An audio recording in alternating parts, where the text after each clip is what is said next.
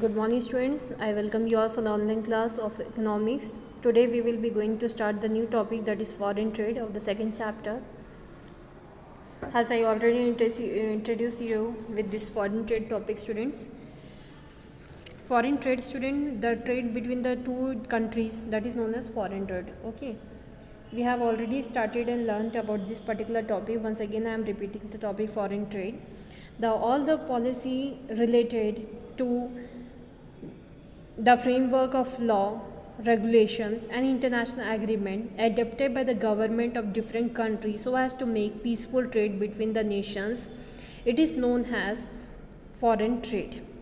This trade policy include all the tariff policy, means taxation rules, import policies, export policies, export quotas, import and export subsidies. Everything is mentioned in this trade policy so as that conflicts will not be there between the countries and all the business will be done lawful between the nations. That is known as trade policy. Pre 1991 trade policy was there, means before 1991, as we are learning the chapter economic policy 1950 to 1990. What was the 1991 before policy made of the trade was that from the beginning of the planning era, India adopted an inward looking development strategy, means inside our country the development must be done because that development will make the development of our nation, and that development of our industrial area. If we talk, we have learned the Mahalanobis spirit, import substitution strategy India want, so that whatever goods we were importing earlier and exchanging our currency for foreign things, that will be stopped. We will be having our investment in our own country. We will get the goods from our own country that will be cost less to the producer as well as to our nation. So that strategy was adapted, import substitution strategy, industrial development. This strategy relied heavily on building up domestic production capacity and providing domestic products wide and assured market protected from external competition by very high tariff walls. In other words, India's trade policy was designed to be highly regulatory and restrictive in nature from the very beginning of the planning era. As the program of industrialization started in the second plan, the foreign trade policy was made very restrictive. Only import of essential goods was made. That goods were capital goods, machinery, equipments, components, spare parts and technical know-how.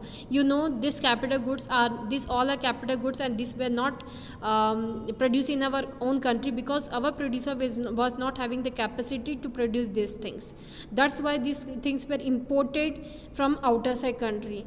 So it was allowed. Import of unessential or inessential items was strictly reduced, like cloth, food, that was stopped. Import of essential consumer goods was allowed from time to time in order to meet this scarcity. As we learned that wheat program was there because our country was facing scarcity. Because of that, tons of wheat were asked from the Mexico. These type of things was allowed, but the things which is inessential was not allowed in that period of time.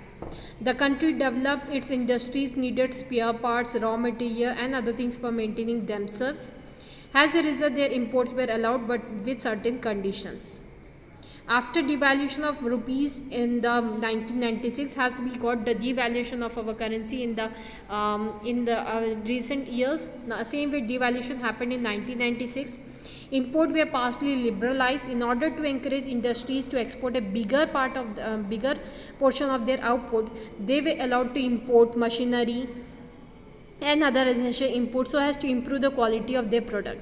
Moreover, import of fertilizers, pesticides, seeds, etc. on a large scale was allowed, since these were necessary for the growth of agricultural sector, which had adapted the Green Revolution program.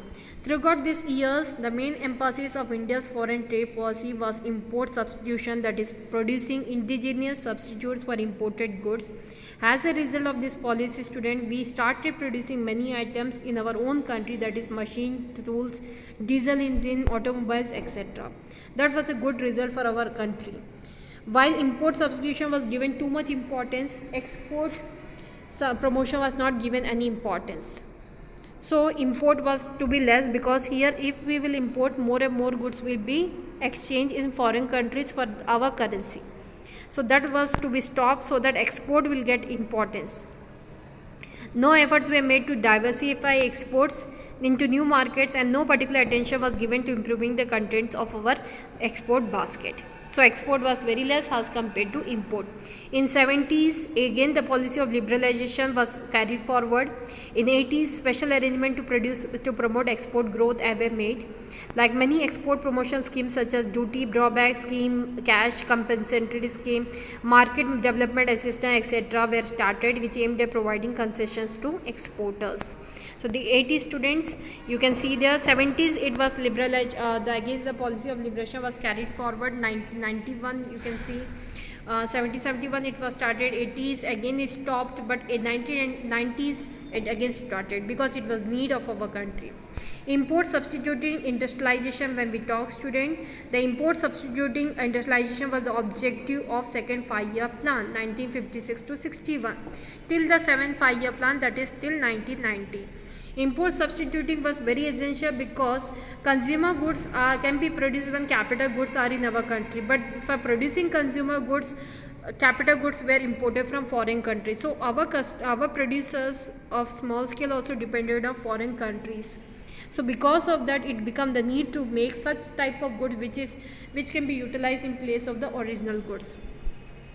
The rationale of the import substitution strategy is based on infant industry arguments. The argument says that in the initial stages of industrialization, it is essential to protect domestic industries from foreign competition by imposing high import tariffs, so that if the import tax will be high, the people will be hesitating to import the goods from foreign countries. The main motive was that, or imposing quantitative restriction on imports. Such a strategy will help the developing countries to develop the industrial base. Once the process of industrialization is initiated in this way, it tends to become self-sustaining. Reasons of having import substituting industrialization were as follows. Very first says that it helped to save foreign exchange by drastically reducing import of goods. The foreign exchange save was to be used for the developmental imports such as capital goods, sophisticated technology, etc. It created a protected market and large demand for domestically produced goods. It helps in solving the unemployment problem as industrialization takes place at a fast rate and absorb unemployed people. Why? I can explain more about this particular student. When the unemployment problem was there, industries were less. When the industry was set up, has the policy import substituting industries were started, it given opportunity to many unemployed people to get trained and to get employment as well. In that way, unemployment problem was also sorted out. It had to build a strong industrial base in our country, which directly led to economic growth. So these were the various students about the reasons of having import substituting industrializations. Very first says save foreign exchange by drastically reducing import of goods. Yes, definitely it exchange the foreign exchange, because our currency value is very less as compared to dollar. When we are purchasing the foreign goods, we have to pay too much higher cost to get the goods. So in that sense, if we are saying, then our currency is wasted unnecessary for the import of the goods. So that can be stopped if we will import less. So that was happened to make the control over the things. And one more benefit is there, that in things which we are importing from foreign countries, if it will be set up in our own country and we get the machinery and tools also from our own country at less cost, our own currency rate. Second thing is that unemployment problem of our own country we can be sorted out. Criticism also is there of import substituting strategy, which were as follows. It ignored the potential of the export sector. Outward oriented economies perform better than inward oriented economies. Definitely foreign companies product were much more good than the Indian country produced goods in almost all respect. Inward oriented strategy did not lead to efficiency, because our people were not so much skilled and efficient, and experts were not too much that we can we can have them. And second thing is that though the number of expert was very less, but the companies were not having so much money that they can hire the expert for taking any precious decision. That were the criticism of import substituting strategy. It does not lead to growth. It is proved to be wasteful, because whenever we think to develop the efficient things in our own country, people also needed efficient. That time the people were not so skilled and efficient, trained, that they can give some efficient results. Because of that, this plan was not work good. Next is students, occupational structure of our country between 1950 to 1990. Occupational structure, student, when we talk, what is occupational structure? The structure which is telling us what is the how much the manpower resources are utilized by making them employed. The structure will help us to know that structure is known as occupational structure. It refers to the distribution of working force into various sectors of economic activity. An occupation is defined as an economic activity which provides means of livelihood to those engaged in it. Yes, student, occupation, what it gives? Whenever a person takes the occupation, in reverse they get the money. So it is a source of earning livelihood. The number of occupations in an economy is very large, running into thousands, but all those occupations are usually grouped under three broad heads. These are primary sector, secondary sector and tertiary sector. When we talk about primary sector, student, it includes agriculture and allied activities like forestry, fisheries, poultry, dairy farming, etc., which are usually done to provide the raw materials to the secondary industry. Secondary sector include those industries, or you can say it includes industry, manufacturing industry, large scale, small scale and construction industry, which will convert the raw material into finished good that can be consumed directly by the consumer. Tertiary sector, when we talk, student, you have learnt already in business studies, those sectors of the economy which help the primary and secondary sector to do the work properly and efficiently. That includes transportation, storage, communication, trade, commerce and direct services. So these are the occupational structure. The number and the proportion of workers engaged in these various sectors of an economy is known as the occupational structure of that country. The contribution made by each of these sector in the GDP of the country called sectoral composition of the economy. So these were the three sectors, student, primary and secondary, has we already covered it in the business studies also. So occupational structure, all these sectors are having the scope for that they can provide employment to number of people, so that these peoples can fulfill their livelihood by earning through by employing their services in these sectors and getting their earning. So that structure is known as occupational structure. So various sectors, I think the meaning is now it is clear. Occupational is defined as an economic activity which provides means of livelihood to those engaged in it, and whereas occupational structure means distribution of working force, means the human power into various sectors of economic activity. So various sectors, I think clear: primary sector, secondary sector and tertiary sector. Now comes economic development and occupational structure. When we talk about economic development and occupational structure, student, Colin Clark in his work Conditions of Economic Progress argues that there is a close relationship between development of an economy on one hand and occupational structure on the other, and economic progress is generally associated with certain district necessary and predictable changes in occupational structure. So according to Colin Clark, it is very clear: conditions of economic progress depends on the people and their efficiency. That in the beginning of our country was very less, or you can say it was zero. People were mostly untrained, uneducated, and because of that our development was lacking. A.G.B. Fisher also reaches the same conclusion. We may say that in every progressive economy there has been a steady shift of employment and investment from essential activities to secondary activities of all kinds, and to a still greater extent into tertiary production. Thus there is a close interlink between occupational structure of a country and its economical development, because more and more occupation will be provided to the people, more and more people will get employed, and they will able to earn their livelihood, which will be showing the economic development of a nation, because economic development of a nation depends on the per capita income of the peoples, not on the total income.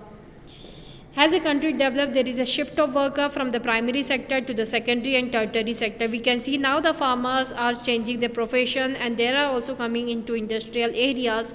As the ancient still working in agriculture area, but the new generation coming to the industrial. So they can also influence, they can also be shifting from one sector to another sector wherever they are getting their services.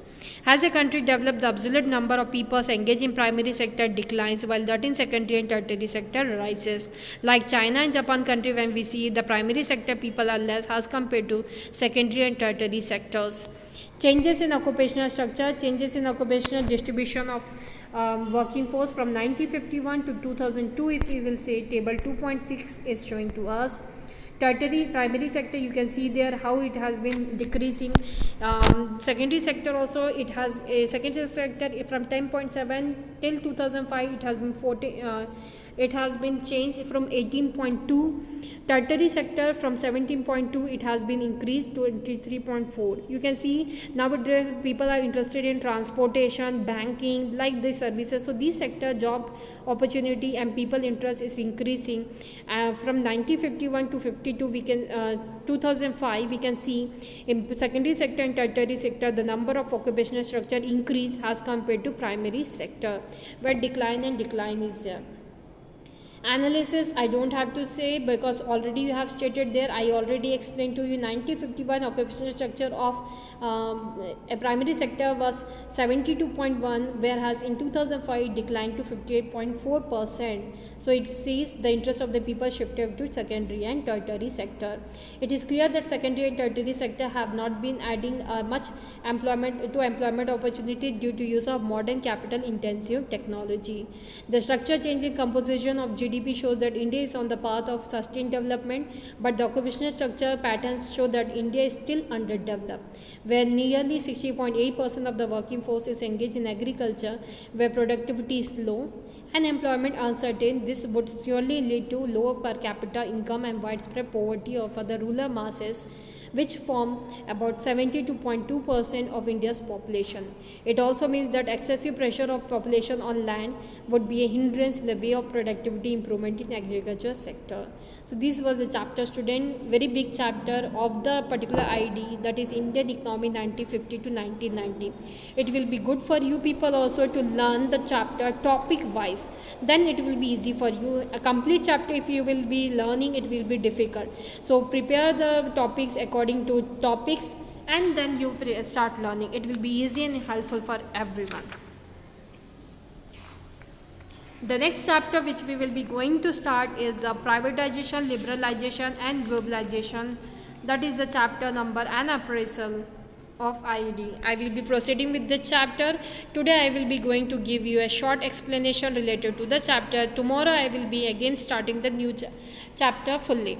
Liberalization you learned, student, in the particular chapter. In business studies you have already introduced. After 1990 new economic policy 1991 came, but in this particular chapter we have learned in 70s also liberalization was there. But when the government thought that this freedom must not be given, they had stopped liberalization. They again started the pact system. Now the after 1991 still it is proceeding till now. Liberalization, privatization and globalization and appraisal. New economic policy 1991. What was the reason new economic policy came? The rationale of economic reforms crisis of 1991 states that in 1991 economic reforms were introduced in India because 1991 was the year of crisis for the Indian economy.